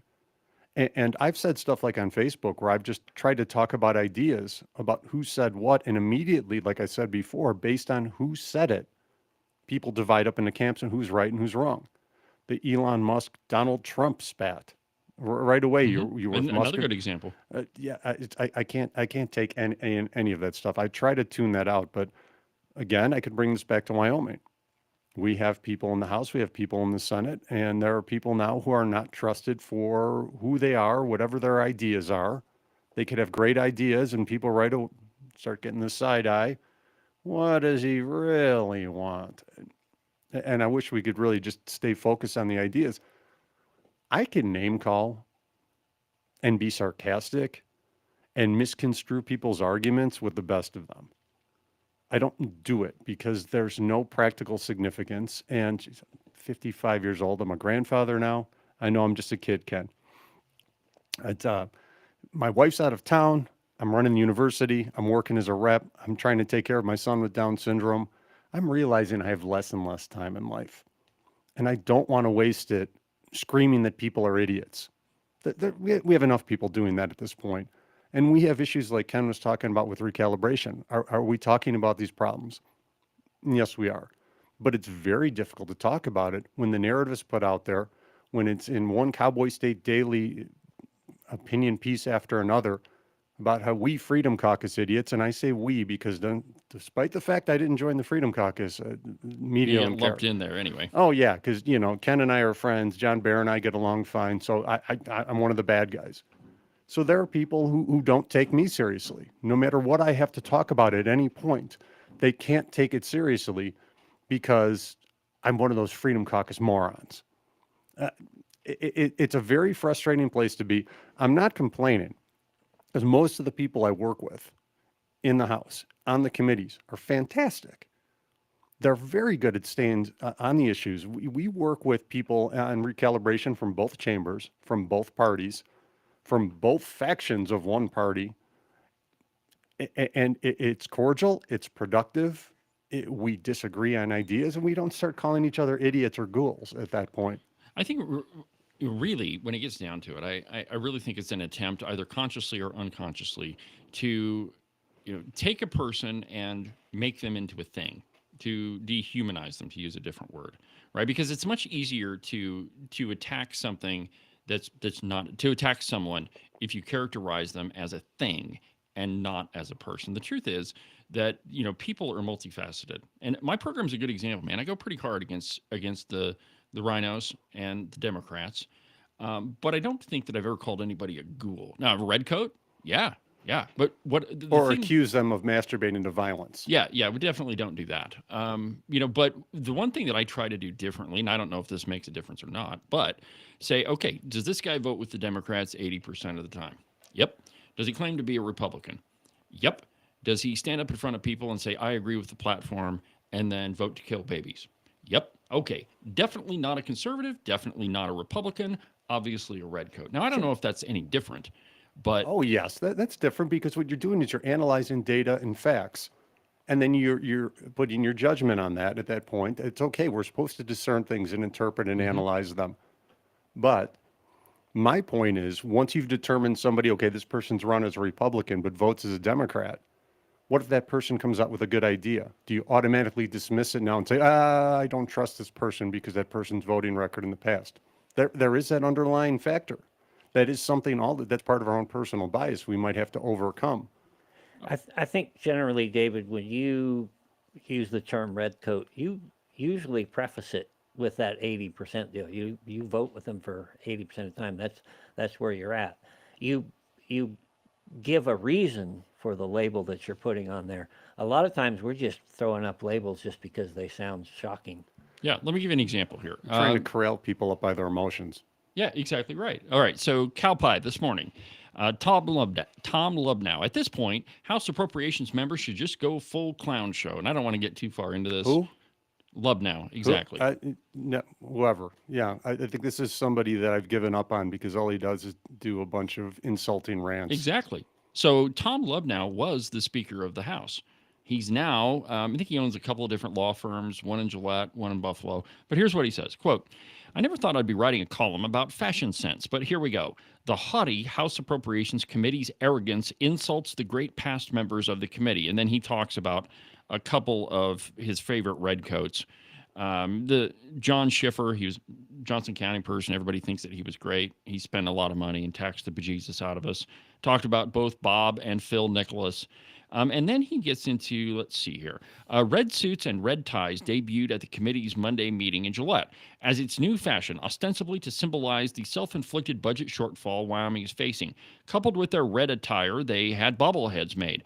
To top that off, the members of the committee commissioned for themselves Doge trucker hats, of which one Agent 29 is wearing. One wonders if they paid for the royalty on those things. The plan, I hear, is for them to travel the state in their red coats and set up rallies as a political stunt.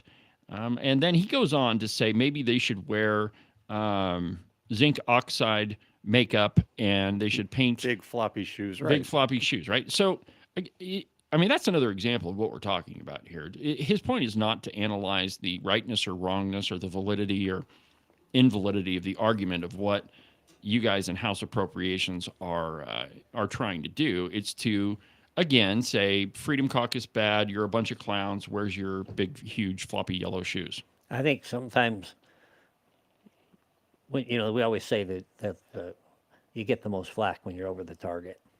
And sometimes it's just fun to piss the right people off. You can make an actual argument. There's an actual argument in there. You can say that, all right, we've just gone in and intentionally reduced taxes. And now you're claiming there's a budget issue. Right. Which then, of course, our side would come back and say, right, because we never had a revenue issue. We had a spending issue. And the people screamed that we can't keep up with our tax bills. So we provided the relief that they voted for. And now we have a task ahead of us because we provided that relief. What are you going to do to make sure that our basic infrastructures, fire safety, education, the things that need to be taken care of by government are taken care of, and the things that don't need to be taken care of are ceremoniously removed from the budget finally. But instead, we're going to talk about floppy shoes and going full clown show, because we have a handful of people from the House who decided to have a little bit of fun, which is very difficult work. In appropriations, by the way. It's very, and kudos to you for bringing Trey on the show. What a sweetheart. Was that a good interview? Well, did you, she's posed for pictures with her Doge hat and with her bobblehead, and she's not going to be voting along with the Freedom Caucus because she's friendly and she's cordial and professional. Those are things we can do at this point. And I don't know if that made him angry that you had Freedom Caucus members and a Democrat smiling together in a picture. No, we have to fight.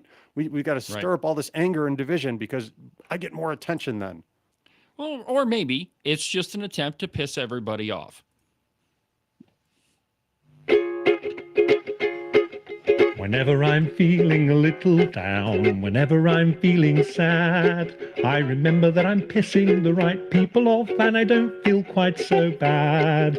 Whenever I question my own self-worth or my integrity, I remember that I'm pissing the right people off and it fills me with some glee. While the worst people rule the world and the rest of us all get fleeced, if I'm pissing certain people off, it feels like I'm making a mini stand at least. And so I'll carry on in spite of what antagonists may say. And as long as I'm pissing the right people off, I don't care what they think anyway. We'll come back in just a minute.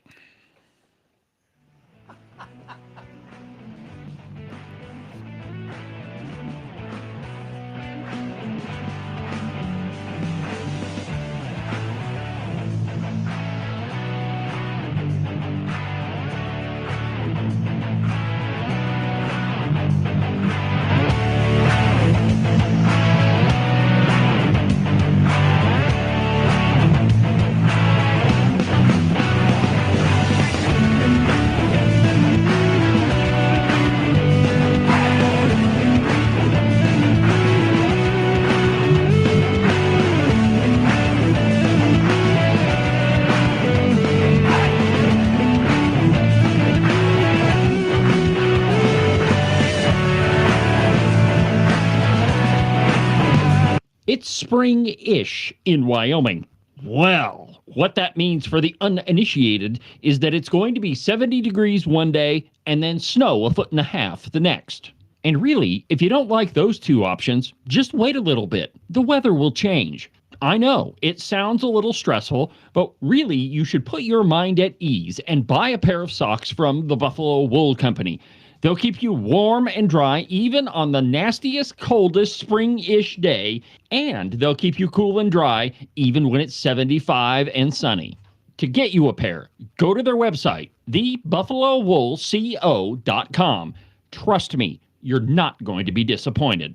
Are you one of those people that said something like this before Trump became president? I have a house in Spain that is going to be ready right after the election. Siberia, Nova Scotia. I'm definitely moving to Canada. Straight to hell. Iceland, France. Asia's pretty cool.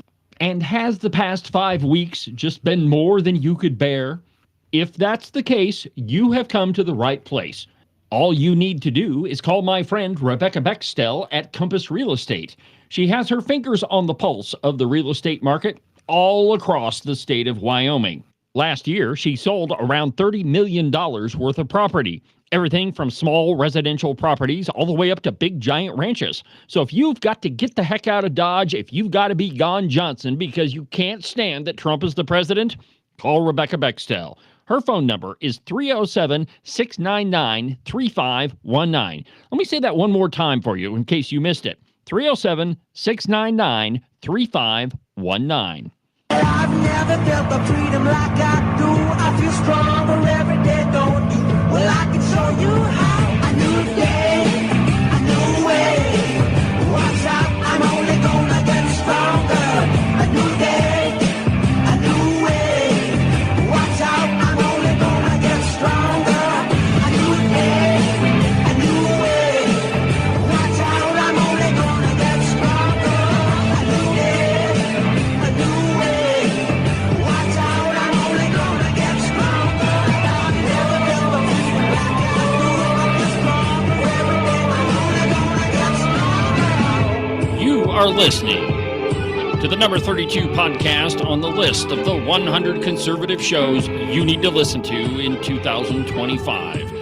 I'm David Iverson, and this is Cowboy State Politics, and we're joined today by Representative Tom Kelly. Now, we've been talking about where we're at as a culture, and before the break, if you're just now joining us, I played a couple of sound bites from Tucker Carlson and from Mark Levin, and it's some pretty nasty stuff. And I've got two more for you, Tom, and then I've got yet another question for you. So here's President Trump dropping the F-bomb.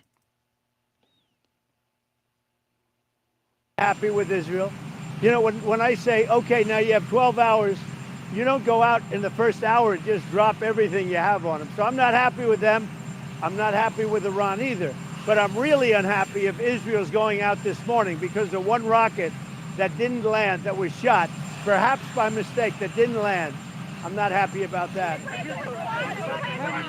You know what? We basically have two countries that have been fighting so long and so hard that they don't know what the they're doing. Do you understand that? All right, so there's the POTUS dropping the F-bomb. Quick reaction, and then I'm going to play the next soundbite. He's right. Okay, moving on. Let's see here. Here it is. This one's a little bit longer. I didn't know if anybody could text me, call me, signal me, nothing. I knew nothing. And we walk in and my heart sank because the idea of starting a war, it just ain't a good idea. And to sit and be one of 435 in the House, and to understand enough about the Constitution to the extent that I'm the one that's supposed to make a fucking decision or at least get a vote. Because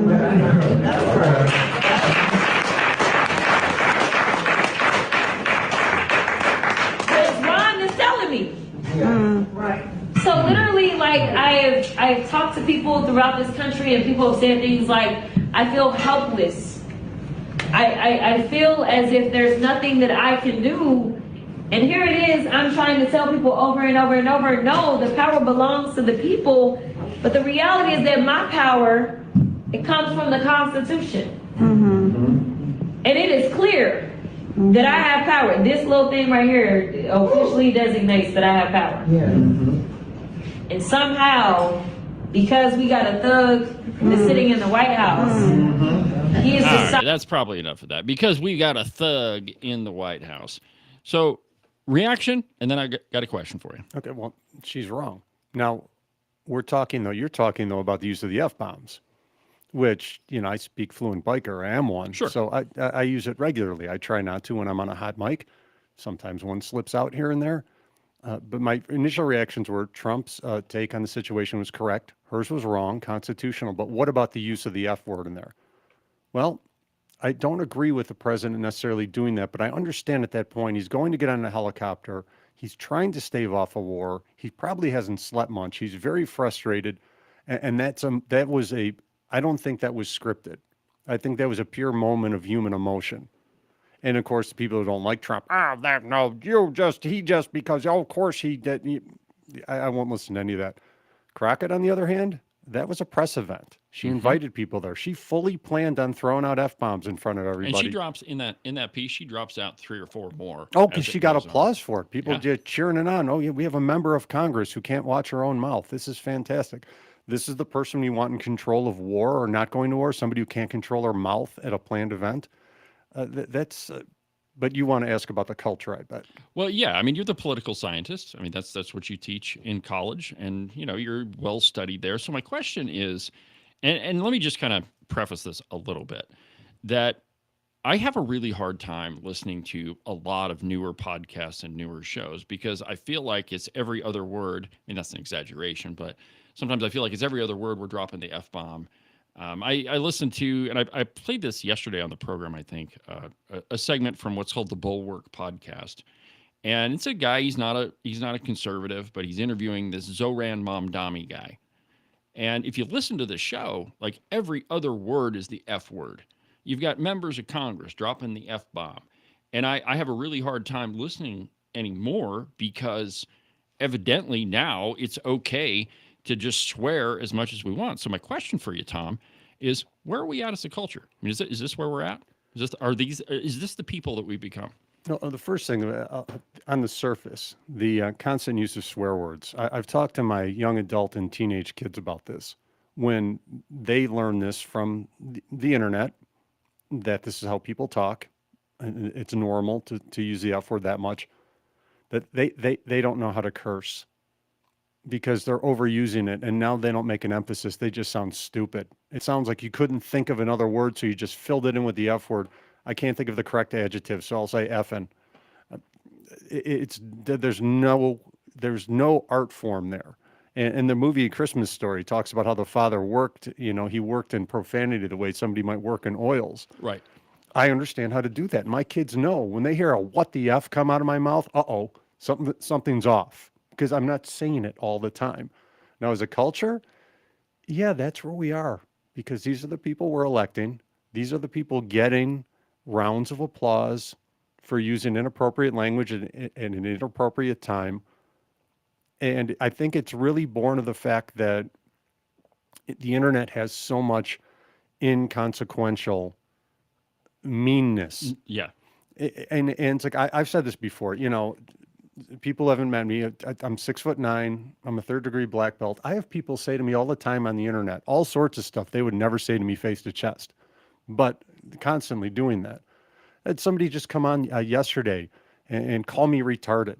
I've got a son with Down syndrome, and there's an adult calling a representative retarded who's got a son who's got developmental disabilities.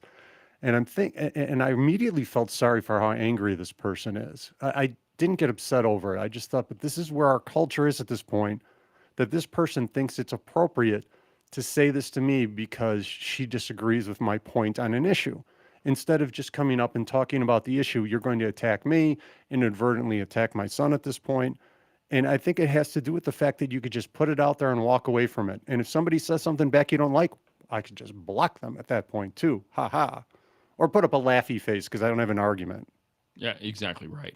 And this, I have the same frustration that you do. Like anytime I'm talking to somebody, and if it's, if we're amongst friends and we're sitting around laughing and somebody drops an F-bomb, okay, well, whatever. We're just a bunch of guys hanging out. But when I hear like a public official or somebody in the media or somebody who's supposed to have at least an air of decorum, a good word, Ken, an air of decorum, intentionally drop an F-bomb, what immediately goes through my head is this person isn't as intelligent as I thought, because they're not qualified enough to pick a different adjective.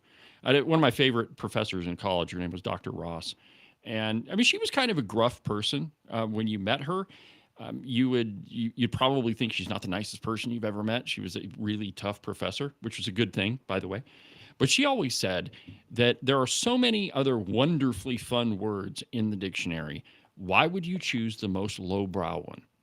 And I've never forgot that. It's lazy. It's laziness. And, I really have a hard time with folks that intentionally, swear every other word.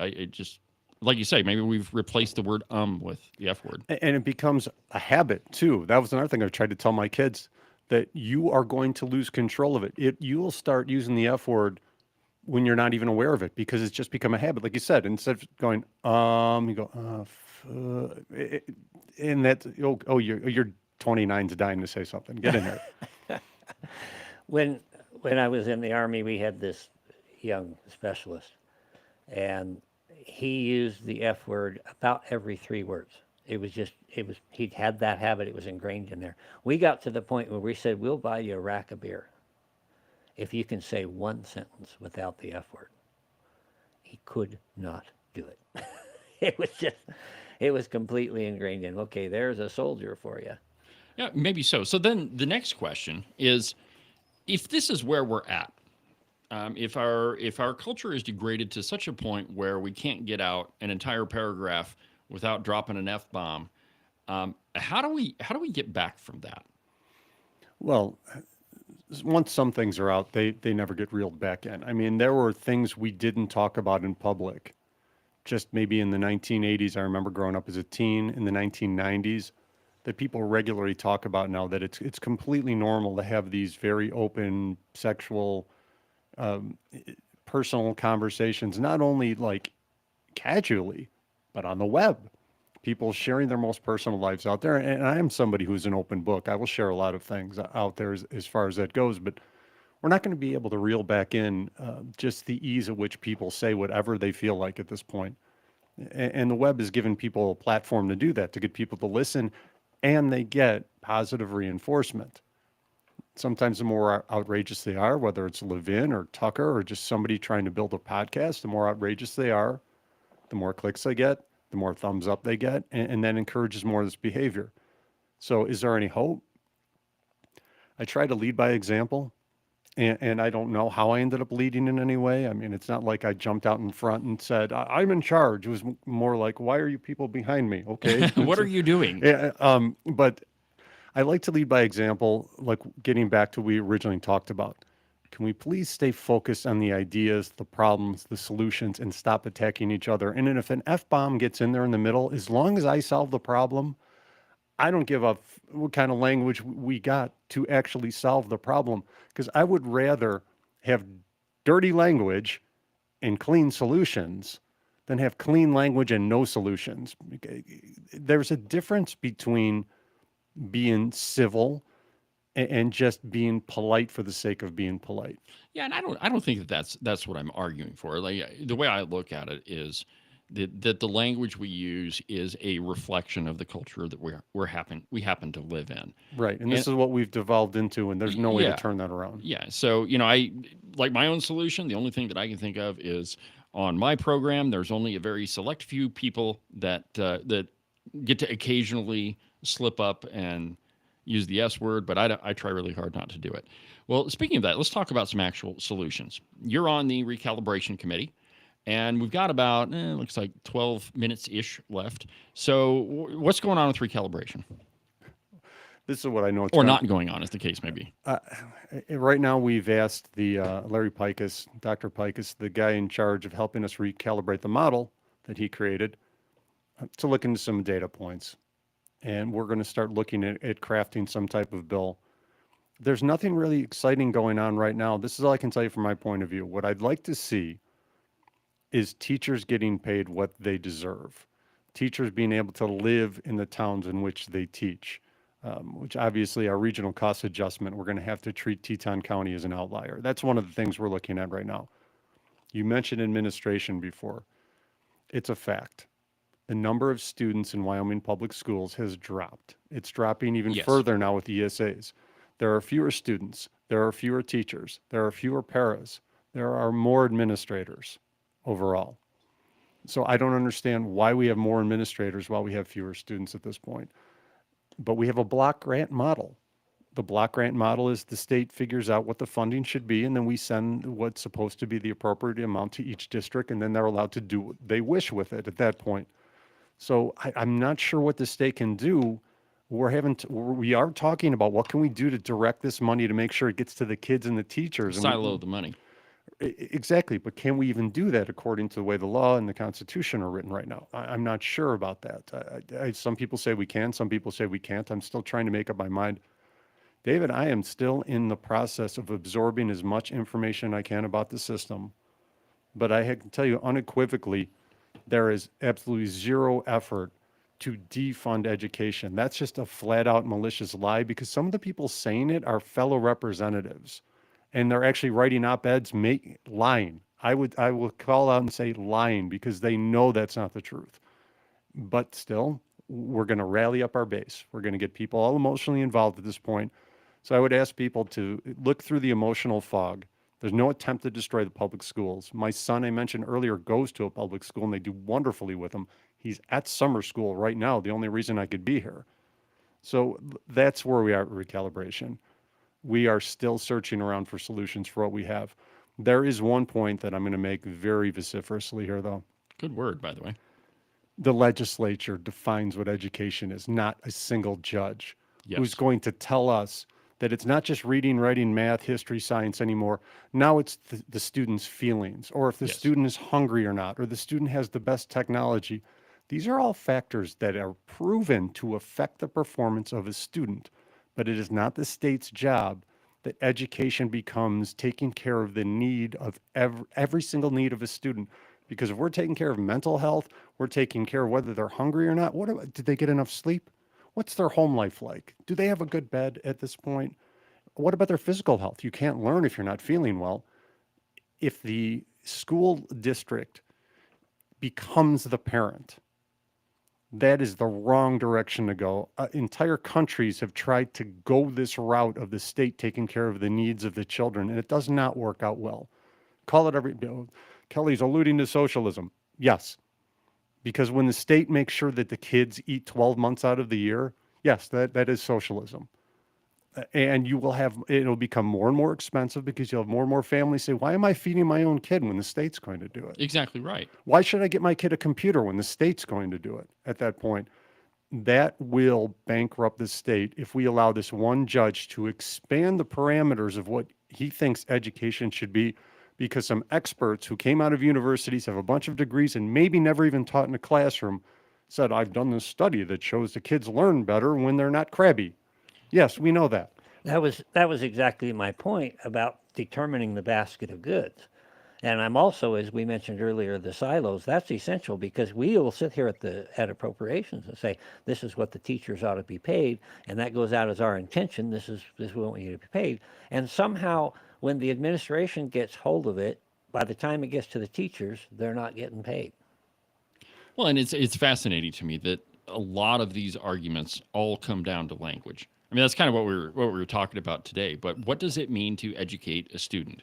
And the Constitution, however specific some people try to make it out to be, it's not really. I mean, basically it says, and I can't quote it for you, but basically it says as close to free an education as possible, or a high quality education, or something like that. And efficient. And efficient. This seems to be getting left out of the argument. Yeah, but what exactly does that mean? I mean, does that mean you get a laptop? Does that mean you get 3 squares, 3 hots and a cot? Does that mean that we make sure that you're mentally fit, and that your parents aren't making you mow the lawn when you don't want to? I mean, how far does that go? And I think your point, Tom, is well taken. Like, what is the scope of education? In my mind, that's to teach you how to do a couple of things: read, write, do some history, some science, and teach you how to think, not what to think, how to think. But it's everything else is kind of extraneous. And I'm on camera at the recalibration meeting saying something that might have come across as dismissive and glib, but I'm going to make this point again. We had these focus groups around the state, and we had these stakeholders come in and talk about what they liked about the funding model and what they didn't like about it, and listen to all of them come up, and we got all the statistics on it. And I wrapped it up by saying, all right, so we looked at the funding model. We went to the people who benefit from the funding model and asked them what they like and what they don't like. What they said they liked was getting a big chunk of money they could spend any way they want, and they want more of it. Did we really need focus groups for that? I mean, I could have come up with that answer right away. What do you like about the model? You give us a bunch of money, and we can do whatever we want with it. What don't you like? We don't get enough money. And that's all we heard at the first couple days.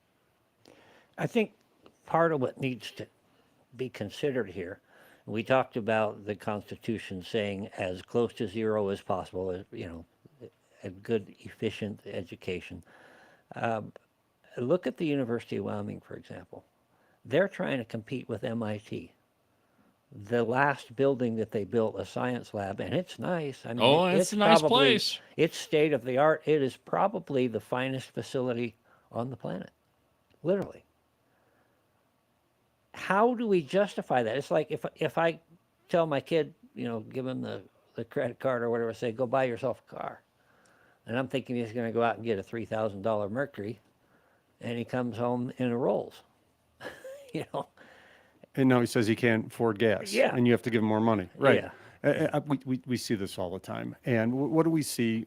Wyoming is about 10th or 11th, I think, for how much we spend per student right now. It's higher than that, isn't it? And I've been looking at some states have really boosted their spending recently because their public schools are failing too with the newer models of education.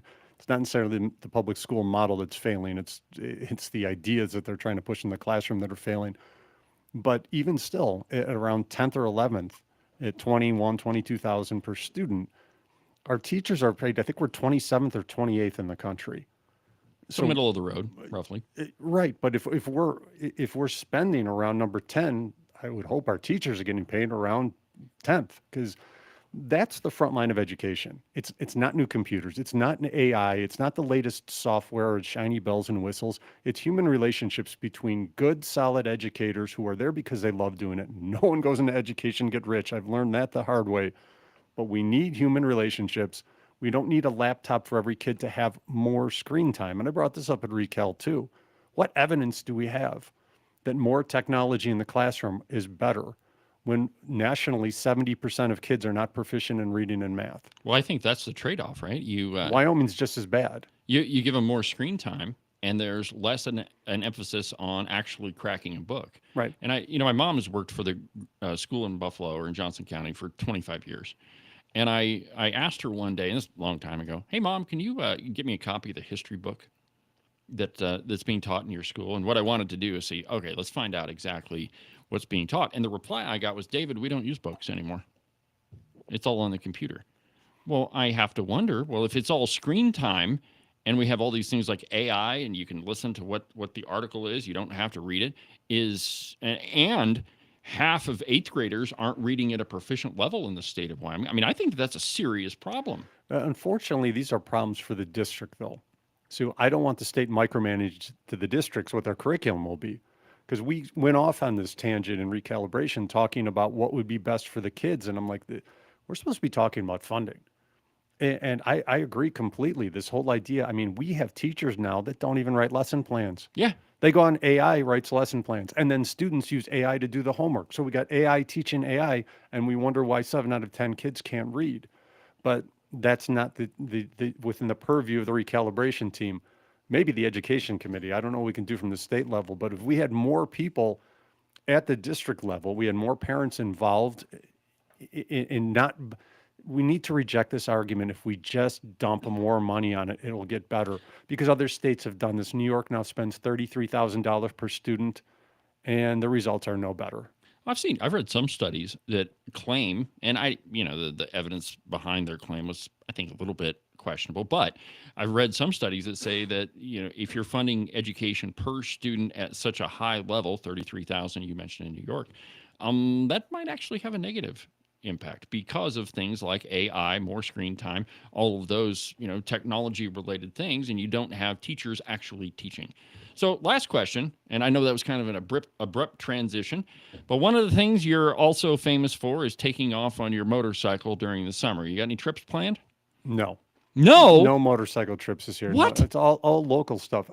Well, as a freshman legislator, I didn't think I'd end up, I'd asked to be in education. I told Chip, I know a little bit about education. I might be able to help there. I'm useless on minerals and agriculture.